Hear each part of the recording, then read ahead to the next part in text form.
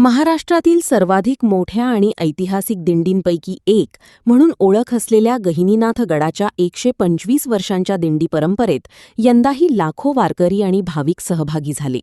गहिनीनाथ गड ते पंढरपूर असा हा भक्तिमय प्रवास दरवर्षी श्रद्धा, सेवा आणि सामाजिक बांधिलकीचा संदेश देत असतो. या दिंडीतील विशेष आकर्षण ठरणारी माजी आमदार भीमराव धोंडे यांच्या वतीने आयोजित महापंगत यंदाही मोठ्या उत्साहात पार पडली.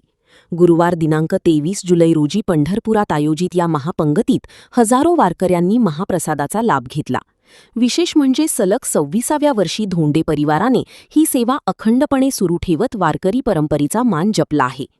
यावेळी माजी आमदार भीमराव धोंडे यांच्यासह त्यांच्या पत्नी दमयंती धोंडे, अजय धोंडे, अक्षता धोंडे, अभय धोंडे, राजेंद्र धोंडे यांनी स्वतः वारकऱ्यांना महाप्रसाद वाढत सेवाभावाची परंपरा कायम ठेवली.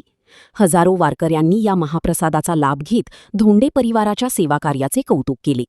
भक्ती, सेवा आणि वारकरी संस्कृतीचा संगम असलेली ही महापंगत गहिनीनाथ गडाच्या 125 वर्षांच्या दिंडी परंपरेचे वैशिष्ट्य ठरत असून यंदाही हा सोहळा भाविकांसाठी आकर्षणाचा आणि चर्चेचा विषय ठरला. अविशांत कुमकर, आज मराठी न्यूज. भावना एकदम आनंदी चांगल्या आहेत, आनंदी वातावरण आहे आणि यावर्षी दरवर्षीपेक्षा जास्त मोठ्या संख्येने दिंडीत लोकांचा सहभाग आहे.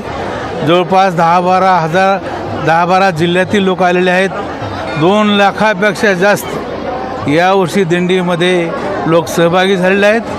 मोठ्या विश्वासाने ते चाललेले आहेत आणि या प्रसंगी अख्खा महाराष्ट्र पंढरपूरला आषाढीला जातो आणि आपल्या भागातून एक खूप मोठ्या संख्येने तिकडच्या 2-4 जिल्ह्यातून लोक आलेले आहेत आणि हा सोहळा दरवर्षीप्रमाणे साजरा होतो आहे.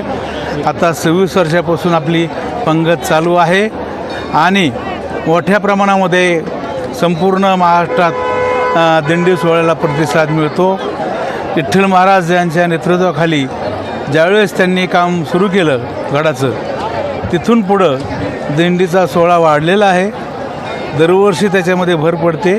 यावर्षी मोठ्या प्रमाणामध्ये भर पडलेली आहे आणि दरवर्षी अशीच वाढत राहील अशी परमेश्वरचरणी माझी प्रार्थना आहे.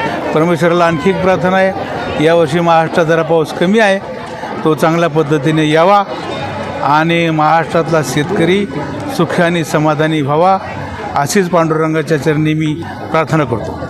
फल का व्हायचं, त्या परमात्म्याला त्याला निष्काम भावनेने जे त्याच्यासाठी देवाच्या चाडे आळवावे, देवा ओस देह भावा पाडोनिया, सकामता आणि निष्कामता या 2 गोष्टी आहेत. तेव्हा त्याला सजवणं हे आपल्यासाठी आहे. तेव्हा रथ त्याचं, त्या परमात्म्याचं, त्याचे जे मी आपुल्याचे नि कैवारे साकार होऊनी अवतरे, ज्याच्यासाठी परमात्मा अवतीर्ण होतो त्यांची ही सजावट. मुलाला सांभाळल्याच्या नंतर आईला जसं प्रेम वाटतं तसं माझ्या भक्तावर जो प्रेम करतो त्याचे मी जोडे देखील वाहतो असं परमात्म्याचं म्हणणं आहे. म्हणून ही सजावट परमात्म्याकडे जात असताना श्री संत महापुरुषाच्या नावाने निघणारा हा पालखी सोहळा वारकरी संप्रदायाचं मूळ अधिष्ठान, जिथून वारकरी संप्रदाय आरंभित होतो ते श्री क्षेत्र गहिनीनाथगड संस्थान श्री संत सद्गुरू वामनभाऊ महाराज यांचा हा पालखी सोहळा, लाखोंच्या संख्येने हा सोहळा आज पंढरपुरामध्ये प्रवेश करत आहे. म्हणून माहेर संताचे अशा प्रकारचं श्री नामदेवरायाचं म्हणणं आहे. माहेर शब्दाचा अर्थ जन्म, जीवाचा जिथून जन्म होतो, जिथं आरंभ आहे, जे मूळ स्थान आहे विश्वाचं, त्या परमात्म्याकडे जात असताना सर्व समाज आनंदी आहे. या दिंडी सोहळ्याला किती वर्षाची परंपरा आहे? 125 वर्ष होऊन गेले.